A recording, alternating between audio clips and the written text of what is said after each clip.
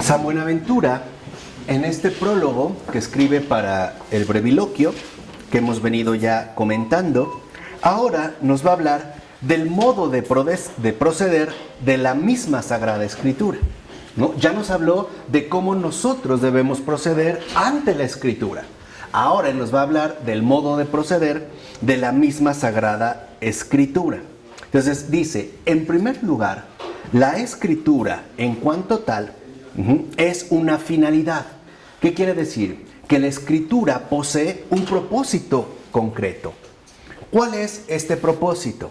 Dice San Buenaventura.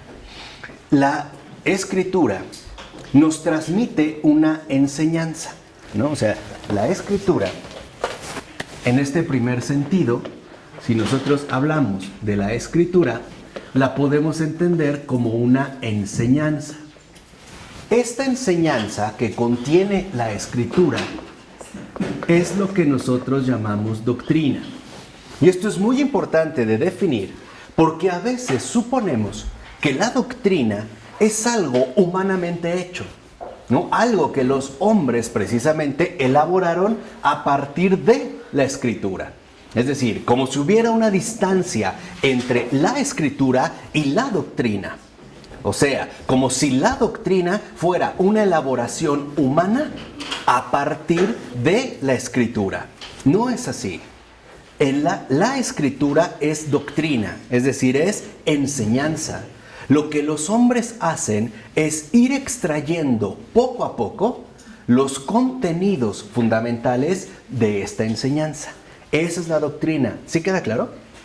Esto es muy importante, porque hay personas que piensan que la doctrina son algo así como imperativos humanamente hechos, y que luego dicen, es que eso no es lo que dice la Escritura. No, la Escritura es doctrina, es enseñanza.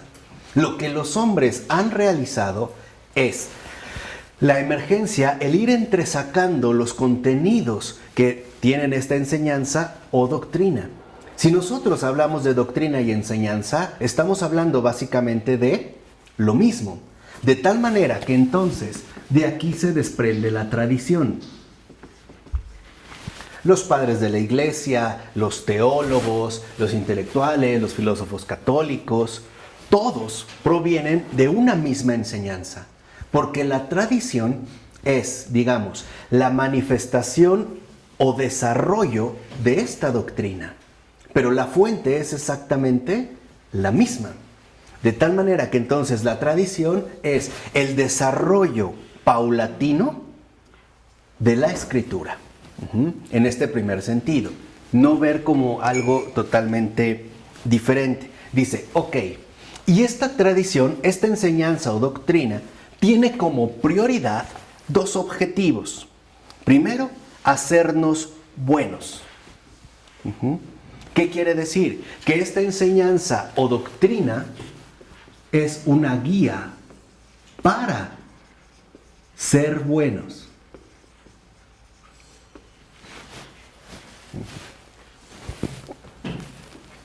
Y además, también es la enseñanza para que seamos salvos.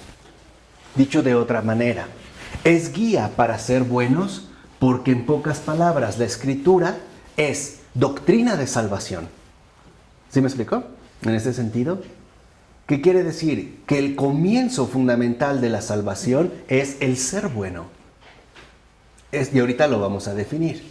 Pero este es un primer paso. De tal manera que lo que contiene la Escritura es la enseñanza de salvación. Esta es la enseñanza de la Escritura, la salvación. Y es esta salvación la que se ha ido exponiendo, perfeccionando, desarrollando gradualmente a partir de la tradición. No crean que la tradición solo se limita, por ejemplo, a los padres de la Iglesia. No es así.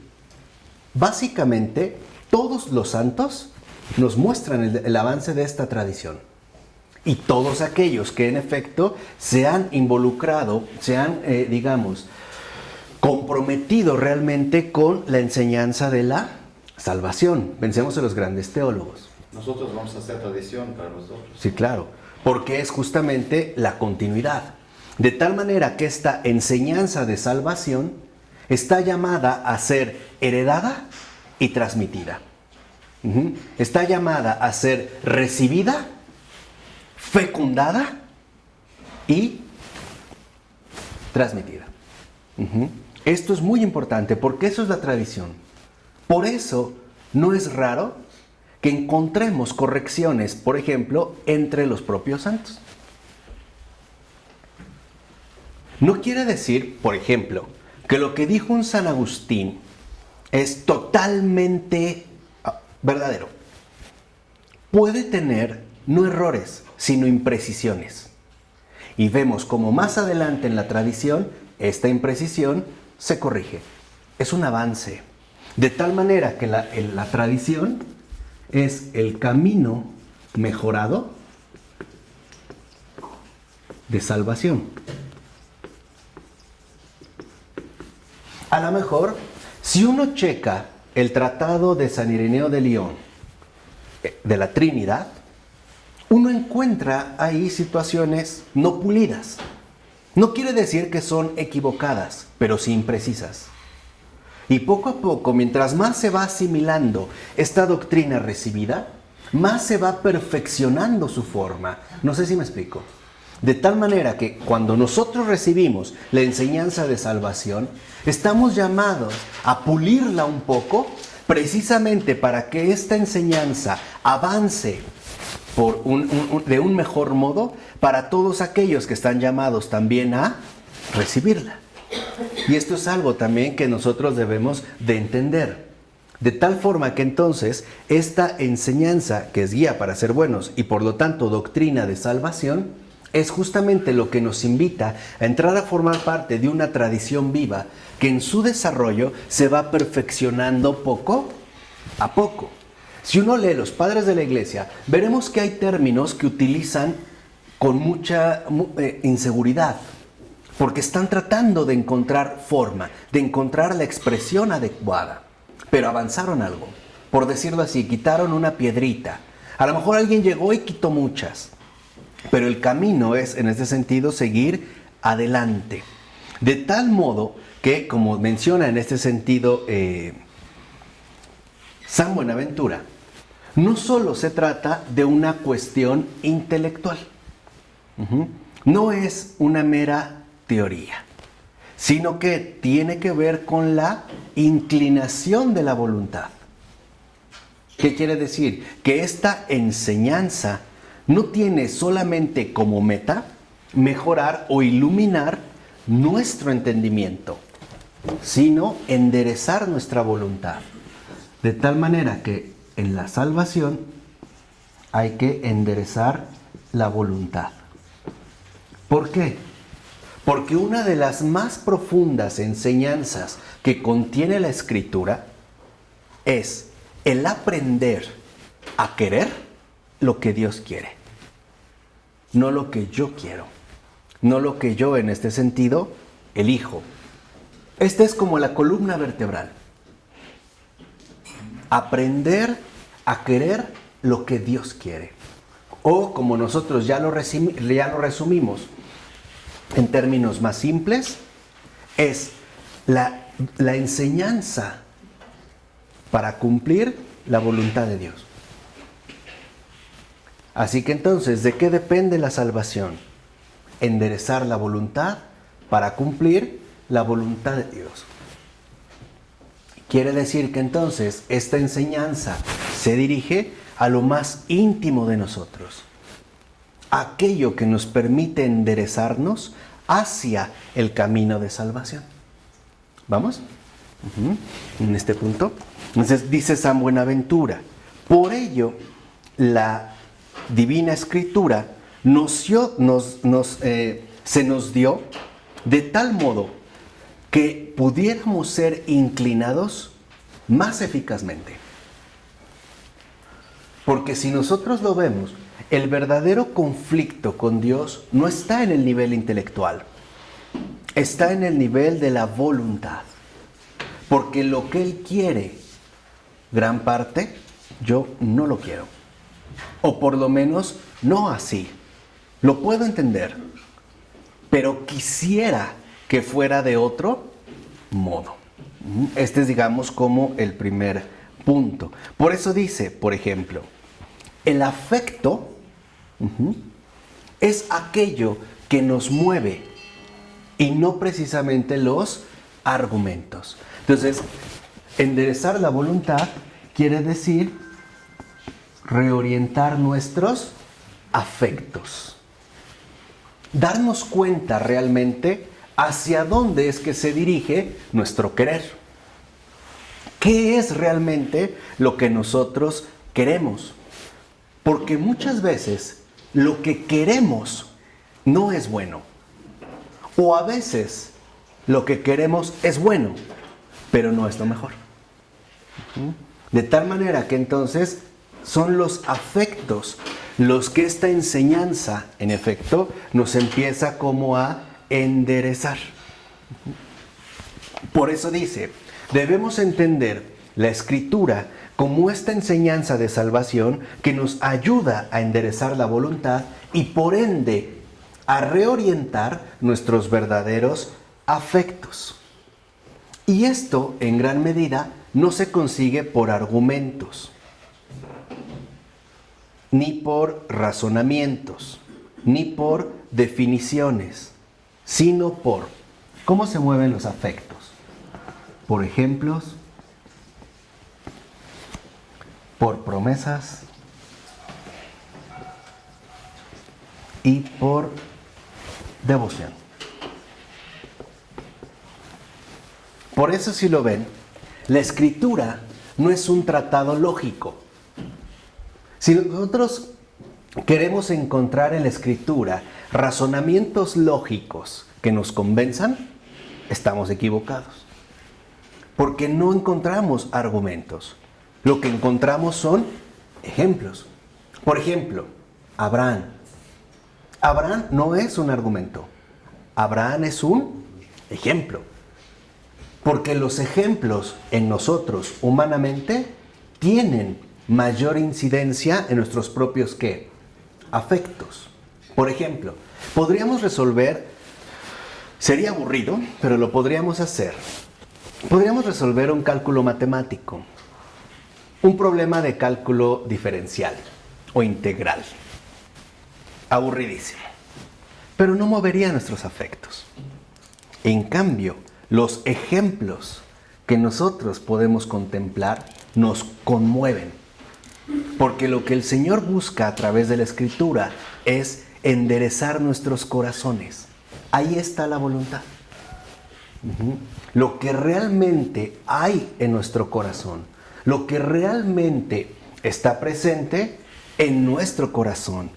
Es decir, lo que realmente quiero de corazón. ¿Sí me explico? En ese sentido, los ejemplos van dirigidos a los afectos. Lo mismo las promesas. Si uno lee la Escritura, no solo en el Antiguo Testamento hay promesas, también en el Nuevo Testamento hay promesas. Y es para poder mover nuestros propios afectos. Mover nuestros afectos a través de una promesa que es correspondida con esperanza, por ejemplo. Y la devoción, que no involucra necesariamente un razonamiento, sino una entrega plena de corazón. Ahí están los afectos. Entonces, los ejemplos, las promesas, la devoción, que se concentran en los afectos y que estos afectos son aquellos que definen la voluntad, significa que la Escritura se dirige al corazón a través del pensar. No quiere decir que no importa, pero el fin es el corazón, a través también de la luz de la razón. ¿Vamos? Entonces, se trata, en pocas palabras, que toda nuestra persona quede integrada, iluminada, transfigurada, saneada por esta enseñanza. Este es, digamos, como un aspecto fundamental. Por eso afirma San Buenaventura, era conveniente que la Escritura tuviera modos propios, que lograran inclinar nuestros ánimos de diversa manera, según nuestras inclinaciones, a fin de que, fíjense, si alguno se ve movido al menos, de tal manera que si alguno no se mueve por los preceptos y las prohibiciones, entonces se vea movido al menos por los ejemplos narrados. Vamos a decirlo así, si a alguno literalmente lo escrito no le basta, lo ejemplar sí. En esta, digamos, en esta línea. Dice, si otro no se mueve por los ejemplos, quizás se mueva por los beneficios que se le han prometido. Si los ejemplos no le bastan, a lo mejor los beneficios prometidos sí. Si ni por estos alguien se mueve, tal vez se mueva por amonestaciones sagaces, por amenazas terribles, para que de esta manera quizá se vea excitado a la devoción y a la alabanza de Dios. De tal manera que entonces reciba la gracia y que sea esta gracia la que lo guíe y dirija en las buenas obras. Entonces, fíjense, si dijimos que la Escritura es la enseñanza o doctrina de la salvación y que comienza por enderezar la voluntad, la Escritura es la invitación que Dios mismo nos hace para recibir su gracia. Para que sea esta gracia la que guíe y dirija todas nuestras obras. Este es ser bueno. Fíjense, en pocas palabras, ser buenos no significa llevar a cabo obras humanamente admirables. Porque hay quienes las pueden hacer con propósitos torcidos. Como un muchacho que enamora a otra mujer, ¿no? Tratando de ser caballeroso, tratando de ser bueno, pero para obtener otras cosas. No, ser buenos significa, en este sentido, recibir la gracia. Eso es ser bueno.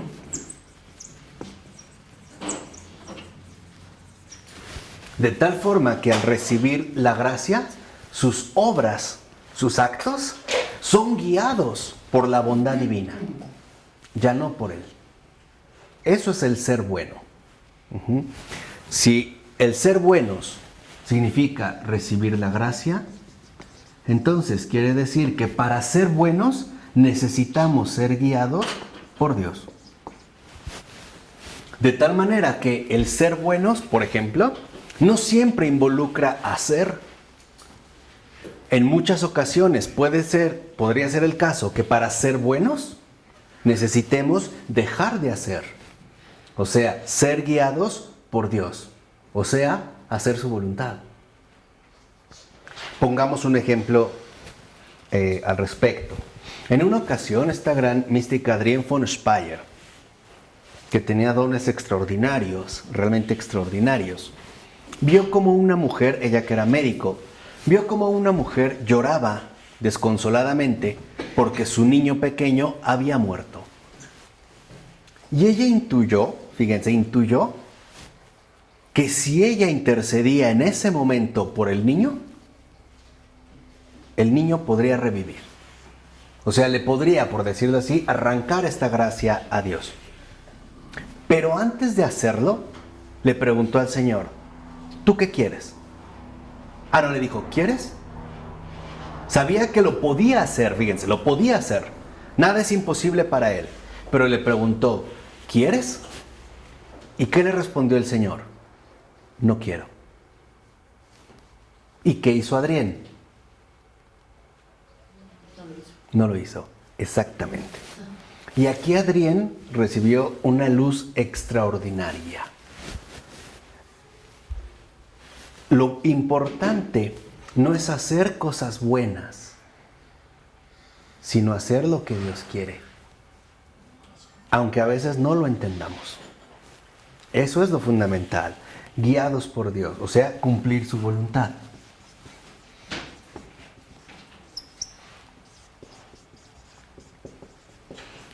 Por eso Adrián también entendió y nos lo hace entender a nosotros, que el cristiano no debe estar obsesionado con hacer algo, sino también tiene que ser capaz de dejar de hacerlo, por muy bueno que le parezca, si no es lo que Dios quiere.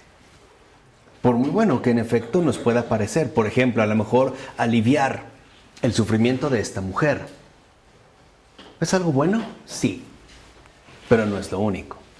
Porque a lo mejor es lo único que nosotros humanamente podemos ver. Pero no sabemos qué hay más allá. No sabemos si este niño, una vez revivido, se iba a convertir en un gran criminal y a lo mejor terminaba apuñalando a su mamá. No sabemos. Pero el Señor sí sabe. Entonces es importante que nosotros, antes de realizar cualquier cosa, le preguntemos al Señor: ¿tú qué quieres? ¿Tú qué dices?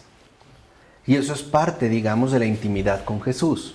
Yo le puedo presentar todos mis proyectos. Señor, yo quisiera esto, concretamente esto. Por muy disparatado o extravagante que nos resulte. Pero ahí no queda la cosa. La cosa alcanza su plenitud cuando yo le puedo decir: Señor, yo quisiera esto. ¿Tú qué dices? ¿Tú qué dices? Porque ahí, si lo ven, no estamos trabajando en el nivel intelectual. Estamos tratando de enderezar, ¿qué? La voluntad, ¿no? Y esto es ya recibir su gracia, ¿no? Es ya, digamos, volverse receptivo a su gracia. Dice San Buenaventura: ¿y por qué estos modos no pueden llevarse a cabo por método de certeza racional? Es decir, por medio de argumentos. Hemos de entender el modo de proceder de la Escritura. Y esto no crean que es algo tan raro como nos puede parecer a primera vista. ¿Cuánta gente no hay, o nosotros mismos, que sabemos con certeza racional que algo no está bien y no obstante no queremos renunciar a ello? ¿Cuánta gente te dice: sí, yo sé que estoy mal, sé, pero no quiero? Sé, o sea, lo sé. Aquí ¿qué descubrimos? Dos cosas. Primero, la razón es esclarecedora, pero es impotente. No puede mover los afectos. No puede. Hay gente que te lo dice: sí, yo sé que estoy mal, pero no quiero. No quiero, no me importa. No me importa. ¿No vieron esta película de Adiós a Las Vegas? Él dice: yo sé que esto no es, pero no quiero otra cosa. Y no se mueve. Incluso el encuentro con esta prostituta, ¿no?, le ayuda de cierta manera a ir moviendo poco a poco los efectos. Pero al final no quiere. No quiere. Él tiene decidido que va a morir. O sea, en pocas palabras, va a llegar hasta el final. Entonces, no endiosemos la razón. La razón no es omnipotente. Esclarece, ilumina, si quieren, pero es impotente. Por eso insiste San Buenaventura que cuando nosotros queremos limitarnos a los convencionalismos racionales, al mundo de las razones, no vamos a avanzar demasiado. ¿Vale? ¿Vamos? Por eso dice: no se trata de certezas racionales en este sentido. ¿Por qué? Porque lo fundamental no es mover la razón, es enderezar la voluntad. Incluso nuestra razón, por ejemplo, por decirlo de esta manera, imaginen que la razón es la cabeza, la voluntad son los pies. Los pies no pueden ver, solo pueden ver los ojos que están en la cabeza. Los ojos le pueden decir a los pies: cuidado, hay un hoyo. Pero no puede evitar que los pies se muevan. Si la voluntad decide dar el paso, lo va a dar. Y después la razón, lo único que le va a decir es: te lo dije. Pero no lo puede detener.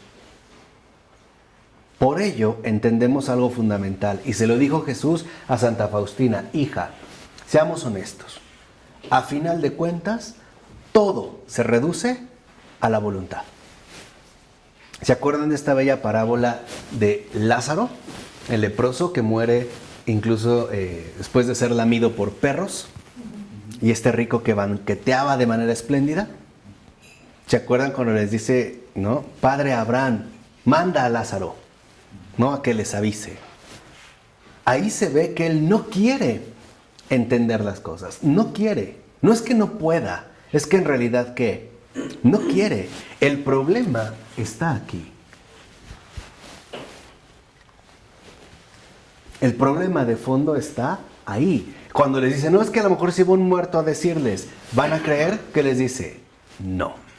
Ni así, porque lo entienden, lo saben, pero no quieren. Lo saben claramente, pero no ¿qué? No quieren.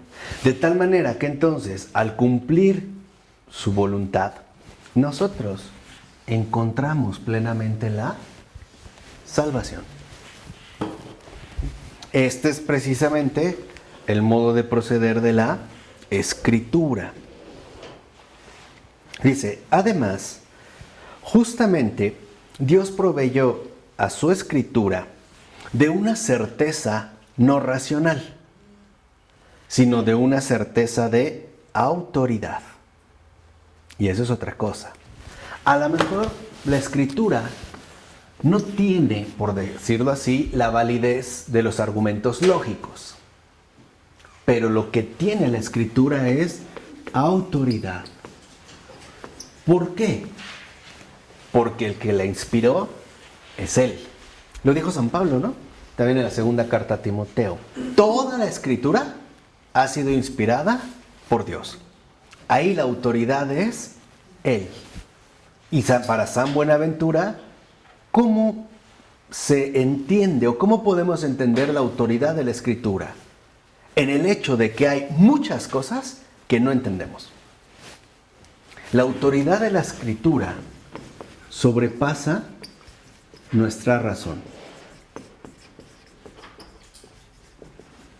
¿O a poco de verdad entendemos muchas veces el modo de proceder de Jesús o de hablar? ¿Cuántas veces le hacen una pregunta y sale con otro ejemplo raro? O con una parábola extraña. Como que no entendemos el porqué, ¿no? Sobrepasa nuestra razón. Y eso es para que entendamos que entonces no se trata de una cuestión netamente racional. Porque en gran medida ese es el peligro humano. La soberbia intelectual.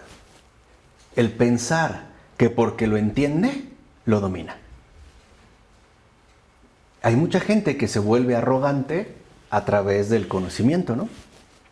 San Pablo lo decía, la ciencia hincha. Entonces, es fundamental que nosotros entendamos que esta autoridad sobrepasa nuestra razón para que entendamos que la razón es ante todo pasiva. La razón está llamada a recibir la luz, a recibir la verdad que ella no produce. Este es, digamos, sería como el primer paso fundamental. La autoridad de la razón, en pocas palabras, la autoridad de la Escritura consiste en que nos deja perplejos, en que hay muchas cosas que definitivamente no entendemos y que cosas que el propio Jesús decía ni sus apóstoles entendieron. Y luego por eso le preguntaban, ¿no? Oye, ¿qué quisiste decir? Y a veces el Señor les explica, y yo supongo que quedaban igual o peor, ¿no? No. ¿Por qué? Porque la autoridad de la Escritura, que sobrepasa nuestra razón, involucra la vida de fe. Y eso es una comprensión de otro tipo. No quiere decir que no lo entiendo. Quiere decir que lo vivo. Y mi razón ya no es un obstáculo. Ya no estoy atorado ahí. Quiere decir que se va enderezando mi voluntad y mi razón va adquiriendo el lugar que le pertenece. La razón no es primero, como hoy, en sentido muy moderno, ilustrado, tendemos a pensar. En pocas palabras, heredamos algo de la aportación cartesiana de que todo debe de ser primero como que procesado en el molino del pensamiento para después poder seguir adelante, llegando al descaro cartesiano de decir que pienso primero y luego existo. Primero dudo. Primero dudo, pero para él ya es un acto del pensar, del cogito, ¿no? Es ya la cogitatio, la acción misma del pensamiento. Y ya de ahí derivaré a ver qué sigue.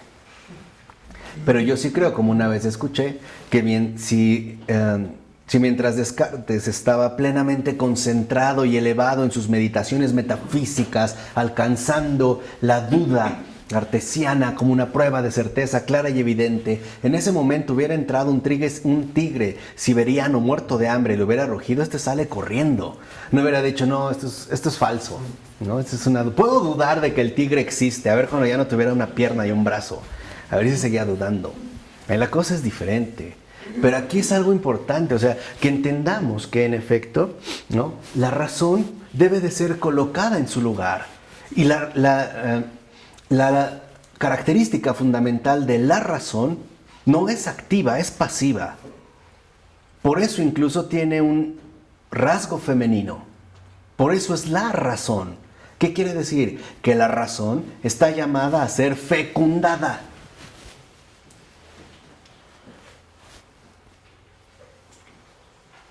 El entendimiento tiene un papel más activo y por eso tiene un perfil masculino,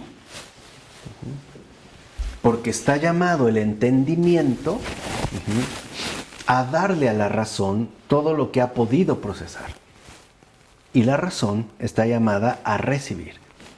En ese sentido, digamos un poco dentro de nuestro trabajo intelectual. Cuando estas dos cosas están ordenadas, cuando no queremos razonar las cosas por nosotros mismos, sino que en efecto recibimos la gracia, entonces ya estamos en la vida de fe. Ya nuestra razón no es en este sentido un obstáculo. Y esto nos lleva a reconocer, dice San Buenaventura, que entendamos que la escritura no viene por humana investigación. En pocas palabras, no es un invento humano, sino por revelación. Esa es la revelación. Entonces, la autoridad de la escritura es la revelación. Ha sido dada por revelación, desde el principio. Es literalmente una revelación. No es un invento humano. Y esta es la gran diferencia entre la escritura y cualquier otro libro religioso o supuestamente inspirado. Una cosa es la inspiración y otra cosa es la revelación. Se trata de realidades completamente distintas. La inspiración es un momento álgido de autocreatividad, ¿no? Es, por decirlo así, como una motivación que obtengo para llevar a producir algo. En pocas palabras, por decirlo de esta manera, la inspiración tiene fuerza subjetiva. La revelación es objetiva. La revelación no es algo que yo hice, o que yo diseñé, o que yo planeé, o que yo incluso creé. Es algo que finalmente recibí. Esta es la gran diferencia. Y esto es también, dicho sea de paso, uno de los rasgos fundamentales que pueden diferenciar la apreciación estética, por ejemplo, de Occidente y de Oriente. Pensemos en el caso, por ejemplo, de la producción visual de Occidente. En general, la pintura, aquí tenemos un pintor, me puede corregir con todo gusto, depende básicamente de algo llamado perspectiva, que es de qué manera va a acomodar el proyecto que tiene presente, lo que busca plasmar. Y se puede jugar con la perspectiva de muchas maneras. De tal forma que yo, por ejemplo, en un cuadro, pongamos, de este tamaño, puedo meter una ciudad entera. O puedo, por la perspectiva, transformar el cuerpo humano en algo diminuto, que no corresponde en realidad con las cosas como son. Pero hay una adecuación. En pocas palabras, lo que solemos ver en la pintura occidental es la perspectiva del propio pintor. Así sean las Meninas de Velázquez, donde vemos al propio Velázquez como en un reflejo viéndose ahí, ¿no? Está del lado derecho, creo que anda por acá, ¿no? Que en gran medida este avance de la perspectiva occidental se puede rastrear a partir de Giotto. Si uno ve las dificultades que tiene, por ejemplo, al momento de tratar de empatar una escalera con un cuerpo humano. Después se ha ido ya, digamos, refinando. Pero en pocas palabras, lo que domina es la perspectiva. ¿Qué pasa con un icono? Si uno ha visto un icono, veremos que sus proporciones no coinciden con nuestra perspectiva. Muchas veces, por ejemplo, las orejas no están aquí, están aquí. O la nariz está más chueca, ¿no? O las manos, por ejemplo, son incluso a veces más grandes que la propia cara. O un pie, o lo vemos como visco o torcido. ¿Por qué? Porque para, por ejemplo, los orientales, los iconos no son un invento humano, sino que un icono, y por eso es una imagen venerada, es una ¿qué? Revelación. El pintor no pinta nada, o sea, no es obra suya. El pintor lo único que hace es plasmar lo que él ha recibido. Por eso los grandes, digámoslo así, iconoclastas en ese sentido ortodoxo, oriental, pasan muchos tiempo de su vida en oración y en ayuno. Porque ellos no piensan, por decirlo así, qué van a pintar, sino esperan estar completamente receptivos para ver Dios qué es lo que quiere manifestar. Por eso si lo ven, a diferencia de un cuadro de Occidente, en el cuadro occidental podemos fijar la mirada en algún punto. De hecho, en términos pictóricos se le llama el punto focal, creo, es como el... Punto de fuga. ¿Sí es? Bueno, Y regresas a él. siempre y cuando hay un sujeto, que puede ser un objeto, le puedes dar importancia con luz o con la composición. Exacto. En el cuadro. Exacto. Y que es justo como el equilibrio de la composición total, Pero ahí viene la intuición, que es muy importante, que entra también como un factor. que es más espiritual, ¿no? Exacto. La intuición de saber dónde voy a poner al sujeto para que exista un balance Exacto. y no se caiga el cuadro de un lado o de otro. Claro, exacto, el balance. Pero esto me permite, de cierta manera, poder fijar mi mirada en algún punto en concreto. En cambio, en un icono, nuestra mirada baila. No se deja aferrar, porque la función del icono está en que nosotros captemos que allá hay una autoridad que no proviene del pintor, como en Occidente. Hoy le damos, en pocas palabras, validez al autor de la obra, no a la obra. Hay mucha gente que le importa que sea un Picasso, aunque no entienda nada de la pintura de Picasso. Y quizá no entienda nada de la pintura que adquirió, pero le importa que lleva el nombre de Picasso. En el caso del icono, no importa quién lo hizo, sino la autoridad que posee. Porque ellos ven en un icono una revelación. Por eso nuestra mirada no puede quedarse quieta en algún punto. Por decirlo así, es como si el icono rechazara cualquier tentativa de fijarlo, de dominarlo, de someterlo, de tal forma que el icono también conserva su propia autoridad. Esto es un resumen muy mínimo de un libro de nuestro Santo Padre Pavel Florensky llamado La Perspectiva Invertida, que deberían de leer, aunque sea brevemente. Pero él habla de esta diferencia. Dice en síntesis, y es que es importante para que vean también lo que está hablando San Buenaventura.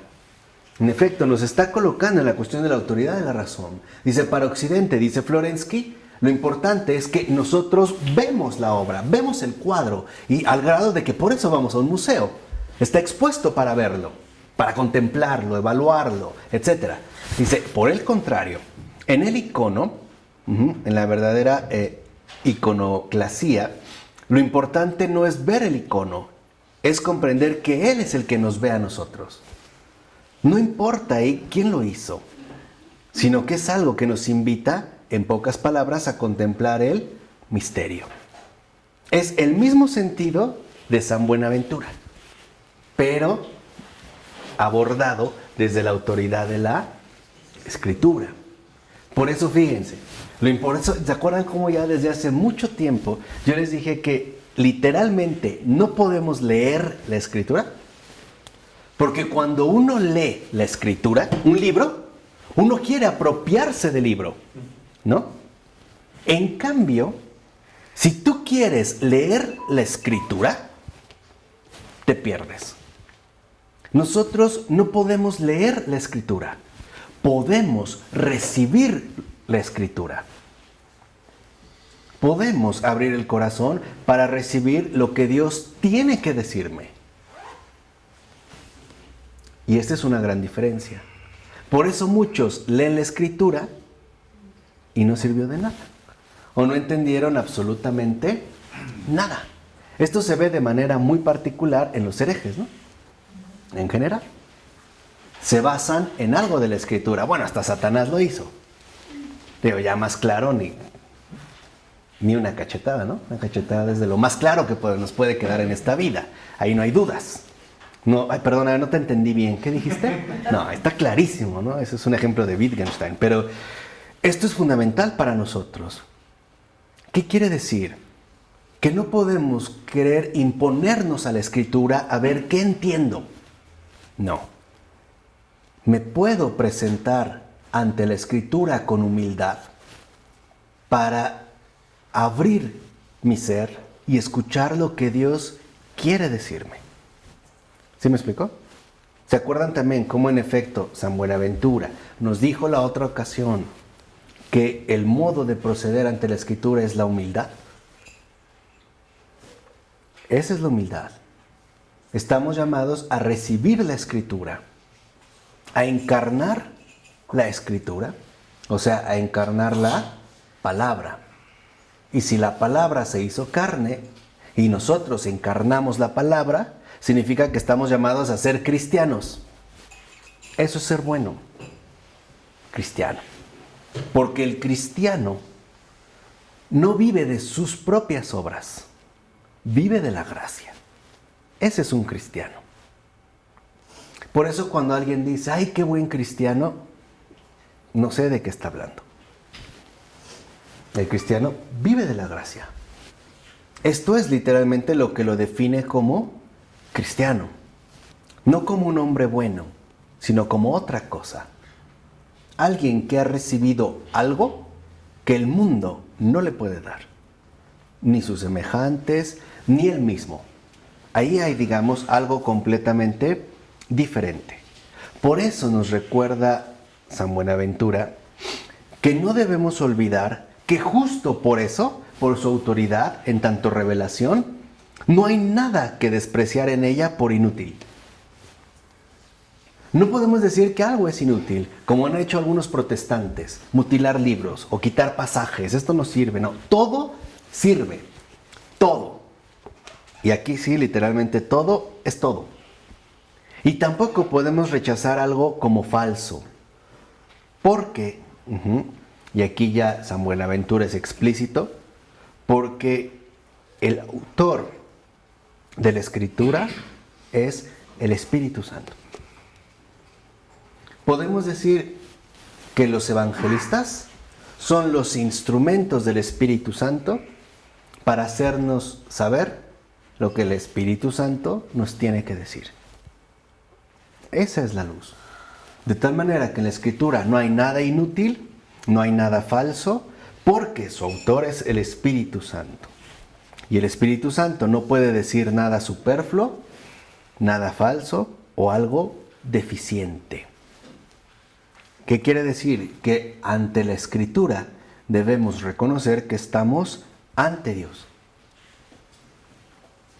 Ante el modo en el que Dios se nos ha hecho en este sentido accesible. Por eso nos da una advertencia Buenaventura. Dice, el que desprecia o descuida la letra de la Sagrada Escritura nunca se elevará a sus sentidos espirituales. 2 consejos prácticos. La Escritura jamás se lee rápido. Eso háganlo con sus mensajes de WhatsApp o sus correos electrónicos. La Escritura jamás se lee rápido. Se tiene que leer lento. Literalmente saboreando cada letra. Cada letra.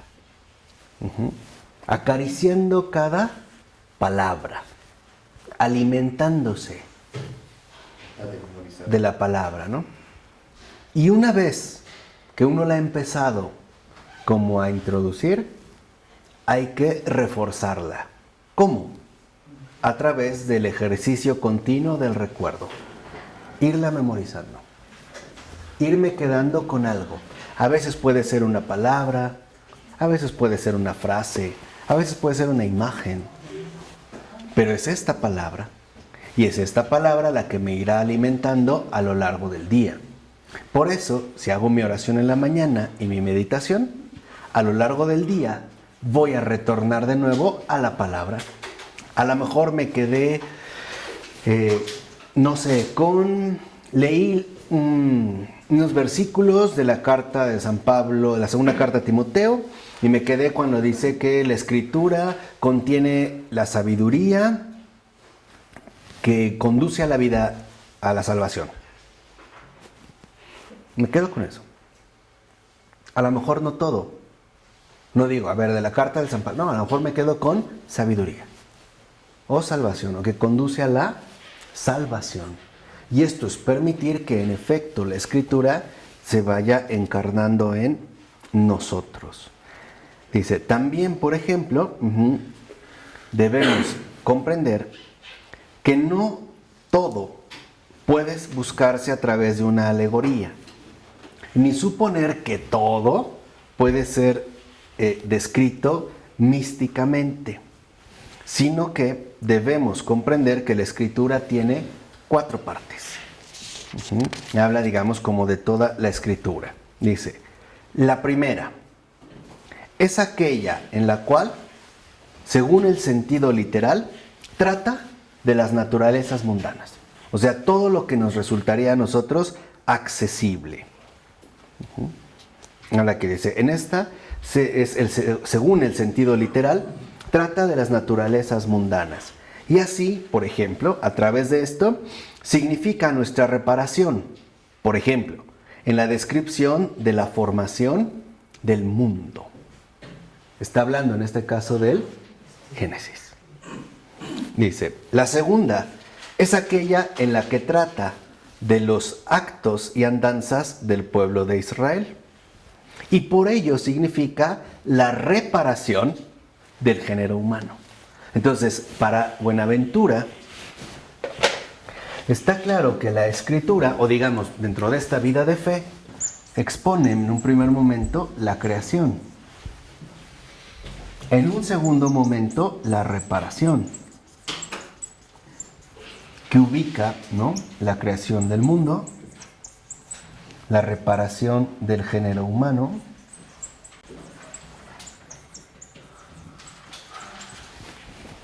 la reparación del género humano, y en la tercera parte dice, es aquella en que ya con palabras claras significa y expresa las cosas que pertenecen a nuestra salvación, en cuanto a la fe y a las costumbres. Entonces, en la tercera aparece la salvación, que ya involucra la fe.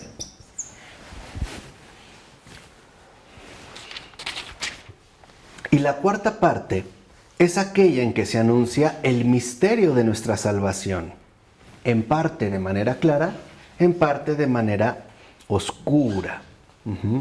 Es decir, empezamos en pocas palabras la creación del mundo por el Génesis,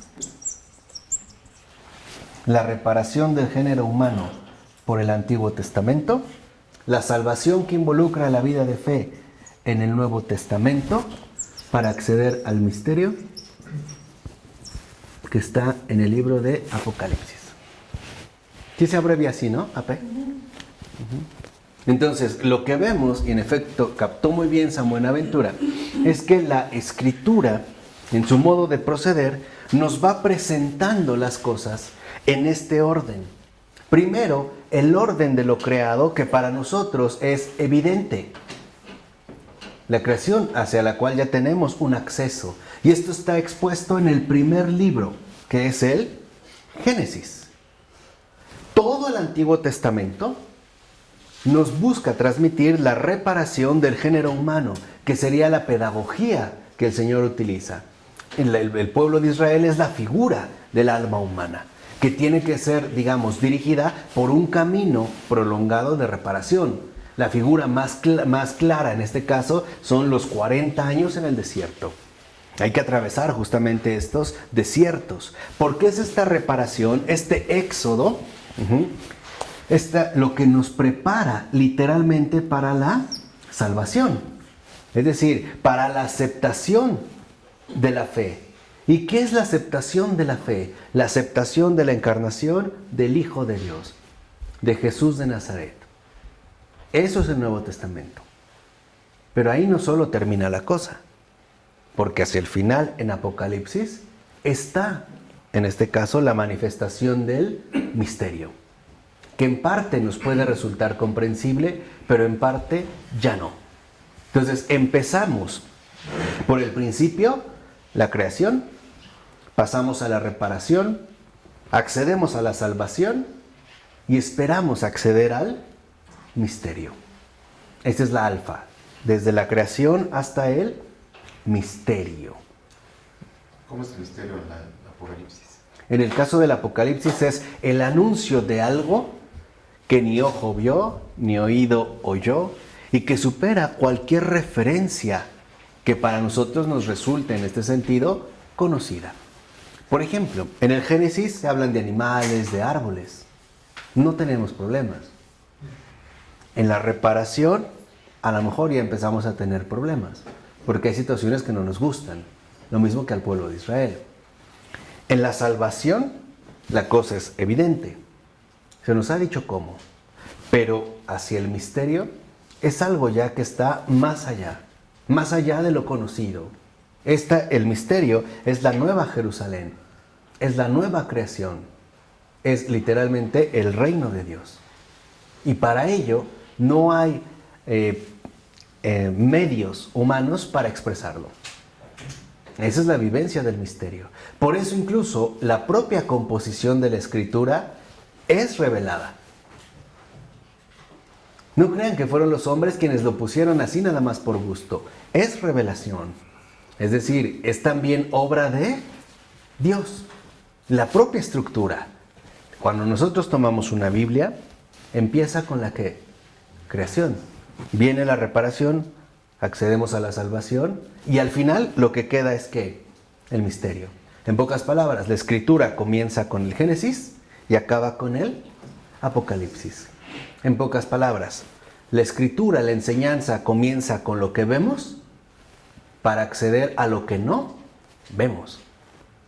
De lo visible a lo invisible.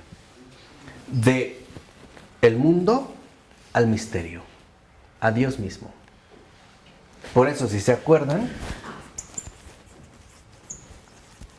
cuando San Juan habla en el Apocalipsis de la Jerusalén celestial, dice que ya no hay sol, porque Dios mismo es su lumbrera. Ya el misterio en este sentido es Dios mismo.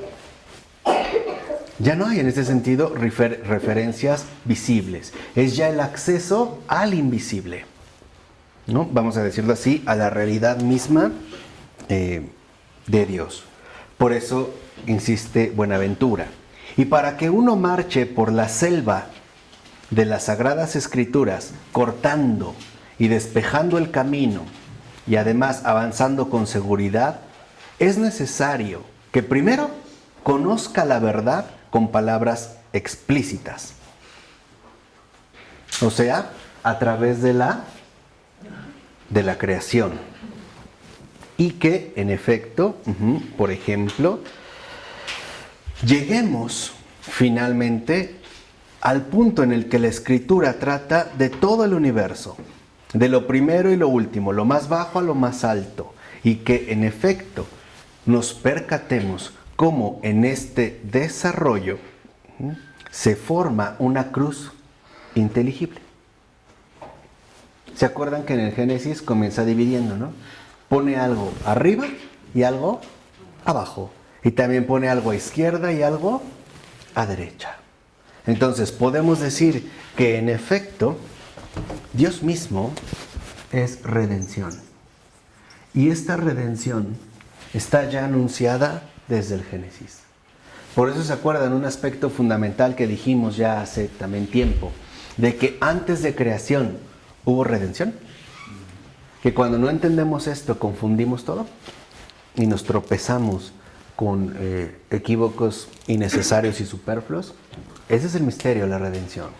¿O quién de nosotros puede imaginar nuestro cuerpo glorioso y resucitado? ¿Qué carne es esta? ¿Qué carne es la vida eterna? No nos podemos hacer ni una idea. Esa es ya, digamos, la redención, el punto final. Dice, por ello es necesario que entendamos, ¿no?, el principio de las cosas, que entendamos la creación de las cosas, la caída, la redención por la sangre de Jesucristo, la reformación por la gracia, la curación por los sacramentos y por último, la retribución por la condenación o la salvación. Que también es algo que no podemos pasar a la ligera, sino que está contemplado, digamos, dentro de todo este recorrido. Por eso insiste San Buenaventura que la Escritura es la suma y el compendio de la verdad de la teología. Y que todas las cosas se resuelven en Dios. Por eso, fíjense, dice, la verdad de la Sagrada Escritura es por Dios, de Dios, según Dios y para Dios. Ahí están 4. Nos dice, por ejemplo, que la creación y el mundo fue hecho ¿por quién? Por Dios. La reparación es obra de Dios. La salvación ha sido dada según Dios, no como nosotros queríamos. Y el misterio, la redención, para Dios. Él es el protagonista. A veces aquí es cuando nosotros entramos en conflicto con la voluntad. No quiero que la obra sea de Él. Quiero pensar que fue por un Big Bang o que yo mismo soy el creador de las cosas. No quiero que la reparación sea obra de Él, que sea obra mía o de nosotros, mediante alternativas seculares, ¿no? No me gusta que la salvación haya sido así. ¿Por qué la cruz? ¿Por qué el sufrimiento? ¿Por qué no era tan fácil que hiciera un chasquido de dedos y ya? Todos felices y contentos. ¿Por qué así? Y la redención no quiero que sea para Él, quiero que sea para mí. Quiero autorredimirme. Así que, dice San Buenaventura, para terminar, que entonces debemos darnos cuenta que la Escritura posee un orden y es una. El Antiguo y el Nuevo Testamento son una misma Escritura. Es un mismo recorrido, es una misma enseñanza, es una misma doctrina. Y es esta doctrina la que San Buenaventura empezará a abordar ya en la primera parte, que dedica a la Trinidad de Dios. Y eso es lo que veremos la siguiente ocasión. ¿De acuerdo? En el Padre, del Hijo, del Espíritu Santo. Amén. Gracias.